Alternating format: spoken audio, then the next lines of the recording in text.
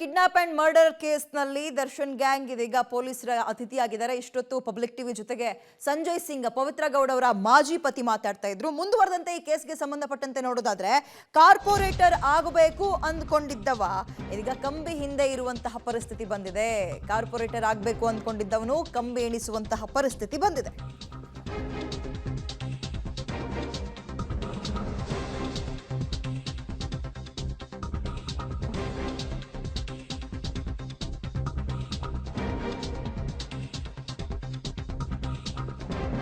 ಕೊಲೆ ಕೇಸ್ನಲ್ಲಿ ನಟ ದರ್ಶನ್ ಪರಮಾಪ್ತನ ಬಂಧನ ಕೂಡ ಆಗಿದೆ. ಆತನ ಹೆಸರು ನಾಗರಾಜು ಅಂತ, ಅಲಿಯಾಸ್ ನಾಗು.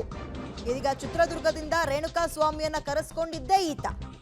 ಇತ್ತೀಚಿನ ವರ್ಷಗಳಲ್ಲಿ ಕಾಂಗ್ರೆಸ್ ಪಕ್ಷದಲ್ಲಿ ಸಕ್ರಿಯವಾಗಿದ್ದ. ರಾಜ್ಯ ಕುರುಬರ ಸಂಘಕ್ಕೆ ಮೈಸೂರಿನಿಂದ ಸ್ಪರ್ಧಿಸಿ ನಿರ್ದೇಶಕನಾಗಿ ಆಯ್ಕೆ ಕೂಡ ಆಗಿದ್ದ. ಮಹಾನಗರ ಪಾಲಿಕೆ 21ನೇ ವಾರ್ಡ್ನಿಂದ ಸ್ಪರ್ಧೆ ಮಾಡೋಕ್ಕೆ ತಯಾರಿಗಳು ಕೂಡ ಆಗಿತ್ತು.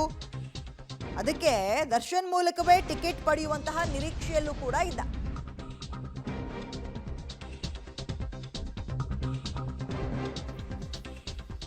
ಓಕೆ, ಇದೀಗ ನಾಗರಾಜ್ ಗಮನಿಸ್ತಾ ಇದ್ದೀರಿ, 41 ವರ್ಷ. ಈತ ಕೂಡ ಈ ಒಂದು ಪ್ರಕರಣದಲ್ಲಿ ಆರೋಪಿಯ ಸ್ಥಾನದಲ್ಲಿದ್ದಾರೆ. A11 ಆರೋಪಿ. ದರ್ಶನ್ನ ಮ್ಯಾನೇಜರ್ ಕೂಡ ಆಗಿದ್ರು. ಮಗದೊಂದು ಕಡೆ ಕಾರ್ಪೊರೇಟರ್ ಆಗಬೇಕು, ಎಲೆಕ್ಷನ್ ಅಲ್ಲಿ ಕಂಟೆಸ್ಟ್ ಮಾಡಬೇಕು ಅಂತ ಆಸೆ ಕೂಡ ಇಟ್ಕೊಂಡಿದ್ರು. ಸಜ್ಜನರ ಸಂಘ ಹೆಜ್ಜೆನು ಸವಿದಂತೆ ಅಂತಾರಲ್ಲ, ಅದು ಬಹಳ ಚೆನ್ನಾಗಿ ಪ್ರೂವ್ ಆಗಿದೆ. ಈ ಪ್ರಕರಣದಲ್ಲಿ ಈತನ ಪಾತ್ರ ಏನು ಅಂತ ನೋಡೋದಾದ್ರೆ, ಚಿತ್ರದುರ್ಗದಿಂದ ರೇಣುಕಾ ಸ್ವಾಮಿಯನ್ನ ಕರೆಸ್ಕೊಂಡಿದ್ದೇ ಈತನಂತೆ. ಈತ ಕೂಡ ಈ ಪ್ರಕರಣದಲ್ಲಿ ಭಾಗಿಯಾಗಿದ್ದಾನೆ.